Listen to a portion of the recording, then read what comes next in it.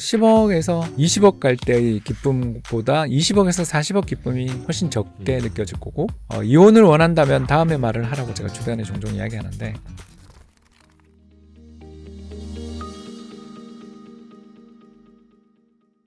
프리즘 투자자문의 홍춘욱 대표님 어서 오십시오. 네, 안녕하세요. 이대호 기자님. 아니, 이제 대표님. 몇 번째 책이죠? 셀 수 없는. 예. 저는 압니다. 몇 번째 책인지. 예, 30번째는 넘었는데 예. 아직 50번째는 안 된 것 같아요. 하여튼 정답은 셀 수 없다. 아니 근데 공통점을 제가 발견했어요. 유독 박사님 책에는 돈자가 제목에 들어간 게 많아요. 네, 어떤 뭐 의도하시는 거예요? 아니요, 출판사 대표님들이 이 홍 박사랑 돈이 엮이면 성과가 좋다라는 걸 어떻게든 생각을 하셔가지고. 근데 결국 우리가 투자를 배우고 경제를 배우는 게 결국은 돈을 벌기 위함 아닙니까? 그렇죠. 잘 쓰고 잘 벌기 위해서 배우는 거니까. 이번에는 돈의 흐름은 되풀이된다라는 예. 책입니다. 저희가 이거 이제 포르체 출판사에서 도와주셔가지고 5분에게 댓글 중에서 추첨을 통해서 저희가 책을 보내드릴게요. 좋은 댓글 많이 써주십시오. 돈의 흐름은 되풀이된다. 근데 이 책의 앞부분에 그런 이야기가 나오더라고요. 운을 하나 띄우신 게 돈이 많으면 정말 행복할까? 돈이 많을수록 행복할까? 근데 좀 답을 내려주셨어요. 왜 웃으세요? 이게 돈이 이제 많다 보니까 어느 정도 예. 좀 언젠가부터 이제 돈에 대해서 약간 자유로워지니까 좀 행복해지더라고요. 확실히 경제적 자유. 경제적 자유를 얻은 다음부터 제가 가기 싫은데 안 가도 되잖아요. 와이스트리트만 오시면 되죠. 예, 와이스트리트만 오면 되고요. KBS도. 그리고 이제 두 번째가 내가 하기 싫은 일을 돈을 써서 다른 분의 도움을 받을 수 있다는 거. 도움을. 예, 그게 진짜 큰 것 같아요. 그러니까 이제 자연스럽게 아내랑 아이들하고 또는 우리 가족들하고 주변의 지인들하고 마찰이 생길 때 스트레스를 인간은 받게 돼 있는데 그 마찰에 생길 수 있는 접점을 미리 좀 이렇게 잘 부드럽게 만들 수 있는 어떤 돈 때문에 생기는 여러 가지 갈등들, 대표적으로 돈 좀 빌려다오, 내가 급할 때 네가 그때 안 도와줬잖니, 또는 부의금, 부주는 얼마를 했니, 얼마나 그런 일이 많습니까? 특히 우리나라는 특히 그 가족주의 문화 또는 집단주의 문화를 가지고 있어서 제가 어릴 때부터 늘 집안 어르신들한테 항상 들었던 이야기가 집안 망신 시키지 마라. 저희 경상도 용어로는 집안 우사시럽구로 그러지 마라. 이런 이야기를 정말 많이 들었는데 저는 그게 너무너무 혐오스럽거든요. 왜냐하면 그러니까 처신을 잘하라는 의미로. 예, 그러니까 우리 집안의 평판을 네가 떨어뜨리면 안 된다.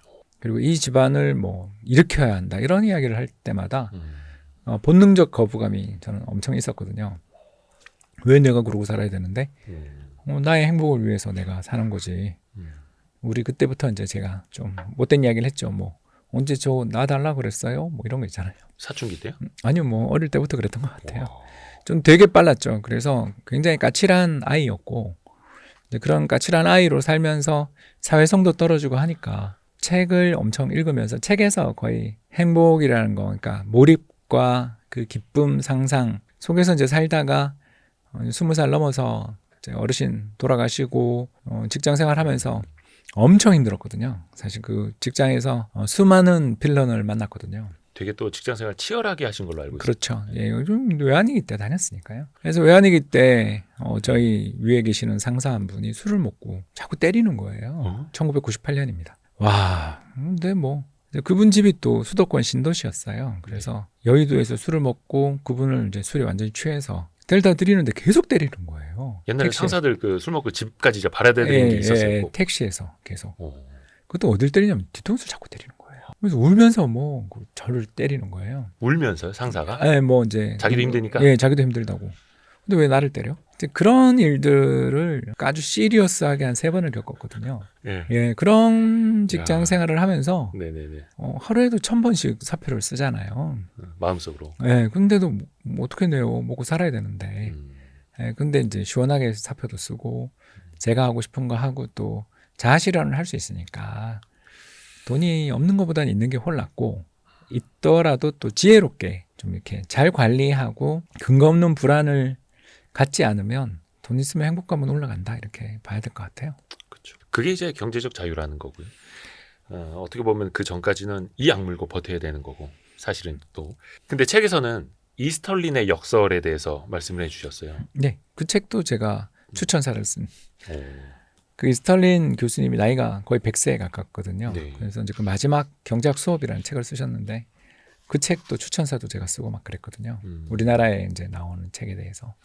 그게 소득이 일정 수준을 넘어서면 행복감은 더 이상 높아지지 않는다. 더 높아지지 않는 게 아니고 네. 덜 높아진다. 높아지기는 하는데 기울기는 좀- 기울기가 줄어드는 거죠. 그래서 솔직히 말해서 10억에서 20억 갈 때의 기쁨보다 20억에서 40억 기쁨이 훨씬 적게 느껴질 거고 40억이 80억 되는 기쁨이 또 10억에서 20억 갈 때보다 훨씬 적을 가능성이 굉장히 높다고 볼 수 있죠. 그러나 뭐 그렇다고 해서 불행해지는 건 아닌데요. 거꾸로 가지는 근데 않고. 불행해질 수도 있는 게 우리나라는 이제 상속 문제들이 네. 있으시잖아요. 그렇죠. 그리고 또 상속세 문제도 있고. 참고로 30억 넘으면 세율이 50%입니다. 거의 그렇게 되죠. 예, 그렇기 때문에 이제 거기서부터 수많은 문제들이 또 생기고 하기 때문에 우리나라에서는 제가 봐서도 한 100억 미만까지 높아지면 거의 그 관계가 굉장히 일치되다가 100억 넘으면 이제 평지풍파가 일어나는 경우도 있으니까 그러면 부모님들이 행복하지 않으시겠죠. 그럴 수도 있다고 생각합니다. 아무튼 그 정도 레벨까지는 저는 못 갈 것 같으니까 일단 완만하게나마 돈을 더 벌면서 행복해지는 구간을 지금 지나고 있는 것 같아요. 또 책에서도 써주셨는데 노동연구원 자료 인용을 해서 부부 4천 4쌍을 대상으로 조사를 해보니까 남편의 소득이 전혀 없을 때와 비교해서 월 소득이 300만 원인 경우에 이혼의 위험이 3분의 1로 떨어졌고 남편 소득이 1,000만 원에 이르면 이혼의 위험은 거의 제로. 이제 유명한 논문이죠, 이거. 이거 제가 뭐 한 게 아니고 노동연구원 논문인데 그만큼 이제 결혼에서 돈이 중요하죠. 저는 그렇게 생각합니다. 결혼에서 특히 돈 문제에서 좀 죄송합니다. 티미하게 하면 네. 거의 이혼하겠다고 발악하는 거죠. 왜냐하면 그 경제 공동체를 만들어 놓고 딴짓을 하면 서로에 대한 배신처럼 느껴지는 경우가 있는 거죠. 신뢰를 잃었을 때. 신뢰를 잃었을 때. 그래서 이혼을 원한다면 다음에 말을 하라고 제가 주변에 종종 이야기하는데 네네네. 당신 집은 왜 그래? 이 한마디만 하면 아유. 이혼으로 바로 갈 수 있다고. 끝장 보자는 거죠. 예, 그런 이야기를 비교격을 그런 데 쓰면 안 된다. 예, 저는 그 말씀을 꼭 드리고 싶어요. 아무튼 이렇게 그 돈에 대한 이야기를 안 물으시고 자꾸 행복에 대한 이야기로 아니 유도를 왜냐면 하세요. 행복하려고 돈을 버는 거니까요. 그렇죠. 근데 뭐 근데 이게 참 이런 데이터로 나타나는 거 보면 좀 씁쓸하기는 하는데 사실상 돈은 필요하고 소득 수준도 높여가야 한다라는 거. 그러니까 이제 거기만 매달리면 또 행복을 잃어버리는 경우가 굉장히 많죠. 많은데 저는 시간적으로도 그렇고. 그 돈이 생기면 아까 내가 하기 싫은 거 나의 시간을 다른 사람에게 외주를 줄 수 있다는 이야기를 좀 했잖아요. 네네네. 이제 그게 경제학자들이 굉장히 좋아하는 기회비용이라는 이야기인데, 그러니까 이제 이번에 그 트럼프 관세에 대해서 나온 아주 유력한 반론이 바로 이 이야기거든요. 예를 들어서 이제 마이클 조던이 3핏, 시카고 불스에서 3번 연속 우승을 하는 걸 3핏이라고 하는데, 네. 3핏 한 다음에 갑자기 야구하겠다고. 그래서 시카고 화이트삭스 가서 2군에 있었어요. 네. 2할 때 중반의 타율에 거의 뭐 주전도 아닌 그저 그런 선수로 살다가 다시 2년 만에 NBA로 돌아와서 또 3번 연속 우승했어요. 자, 이 사례가 보여주는 것처럼 누구 사람들마다 다 잘하는 게 있기 때문에 예. 그 사람의 시간 가치가 높은 사람은 아하.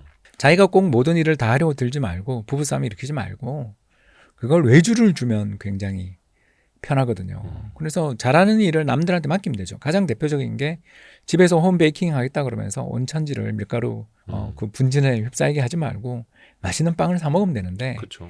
그걸 뭐든 자기가 다 하려고 하고 집에서 뭔가 해결하려고 하고 자기가 뭐든지 개입해야 되는 걸 하지 않으면 못 견디는 그런 식으로 살면 이제 마찰이 생기겠죠. 가장 대표적인 거 제가 하나만 이야기하면 네. 이혼하고 싶으면 이제 두 번째 행동을 하라고 하는데 아내에게 운전을 가르쳐 보라고. 싸움 나죠. 예, 무조건. 싸움 납니다. 무조건 싸움 나거든요. 100% 싸움 납니다. 못 견뎌요, 서로가. 그 와이프 입장에서는 울고 저는 화가 나 있고 그렇게 되잖아요. 경험담. 예, 경험담이죠. 그러면 안 되는데 왜 그랬나 몰라요. 그래서 그런 일을 겪은 다음에 예. 운전 경력 30 몇 년 차의 개인 운전 무사고 개인 운전 기사님들이 그때 활동 중이셔서 더군다나 나이도 지긋하신 분한테 딱 많이 맡겼더니 운전 엄청 잘하더라고요. 저보다 이제 주차는 더 잘하는 것 같아요. 그 우루를 배워서 딱 하시더라고요. 뒷자리 손잡이가 어디 라인에 갈 때 돌리면 돼. 이걸 다 아니까. 어느 차든. 예, 어느 차든. 그 옛날 이야기죠. 지금처럼 이제 주변에 센서들이 달려서 누구나 주차를 쉽게 하기 좋은 시기도 아니고 그때는 이제 그런 거 없던 후방 카메라 없던 시절인데도 네. 저보다 훨씬 잘 가르치시잖아요. 음. 그런 것처럼 그 돈을 남에게 외주를 주면 되는데 음. 그걸 내가 다 안에서 간의 수공업 하겠다 그러면 싸움만 나고 효율은 떨어지고 스트레스만 받거든요. 그래서 저는 언젠가부터 이게 뭐 직접 내가 애를 가르치기보다 애한테는 그 짧은 시간에 칭찬만 하고 좋아하는 이야기만 하기도 아. 짧은데 특히 시간 리밋이 정해져 있을 때 잔소리하지 말자.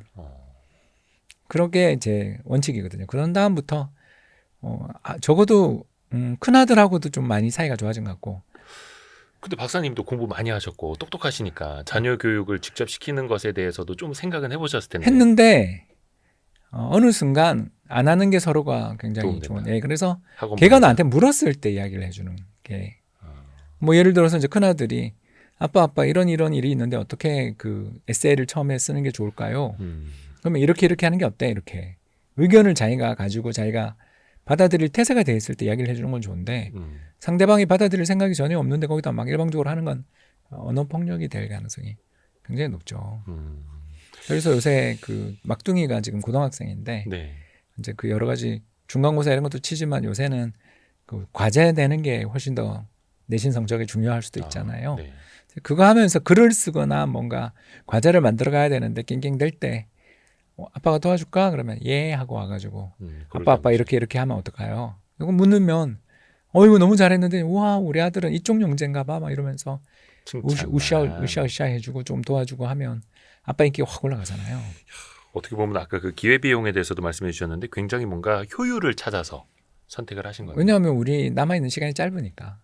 제가 건강하게 가족과 함께 이런 체험 소비를 즐길 수 있는 날이 정말 아주 운이 따르면 한 25년에서 20년이잖아요. 왜 그러냐면 우리나라 한국 사람들의 건강 기대 수명, 그러니까 병원에 가지 않고 자기 발로 돌아다니면서 일을 할 수 있는 또는 활동을 할 수 있는 평균적인 연령이 74일 전후입니다. 네. 근데 이제 나나 이대호 기자님이나 그래도 열심히 운동도 하고 저 같은 경우는 요새 정말 운동 열심히 하니까 75세까지라고 하면 20년. 그리고 과학기술의 발달이 그 사이에 엄청 가파르게 진행된다면 25년 남짓 저는 남았거든요. 아 갑자기 그러니까 좀. 네. 다 그걸 이제 염두에 두고 살게 되죠. 우리 인간은 필멸자기 때문에 더 열심히 사는 거잖아요. 네네네. 영원히 살 수 있다면요 이렇게 노력 안 하는데 저도 그런 것 같아요. 내가 머리에 등계 정리가 안 되고 헷갈리기 시작하고 했던 이야기 또 하는 상황이 오게 된다라면 그때는 책을 쓰지 말자. 잔소리가 되니까. 워렌 버핏이 이번에 은퇴하면서 했던 이야기 있잖아요. 글자를 읽었는데 이 글자가 알파벳 단어가 종합되어 나타나지 않고 따로따로 눈에 들어오는 걸 보고서 이제 나 그만해야 되겠구나라고 결정했다고 밝히잖아요. 그런 것처럼 다른 사람들은 뭐 20대 때부터 겪는 일인데 워런 버핏이니까. 예. 저도 이제 그런 날이 오겠죠.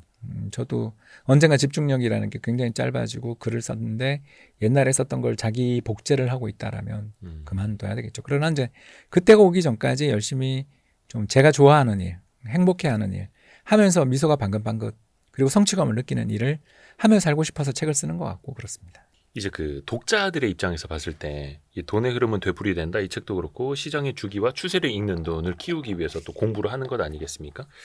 이제 투자에 대해서도 알아야 되고 경제도 알아야 되고 또 본인의 가치를 올려가는 것도 또 중요하니까 이제 선배로서 그걸 말씀해 주신 거고.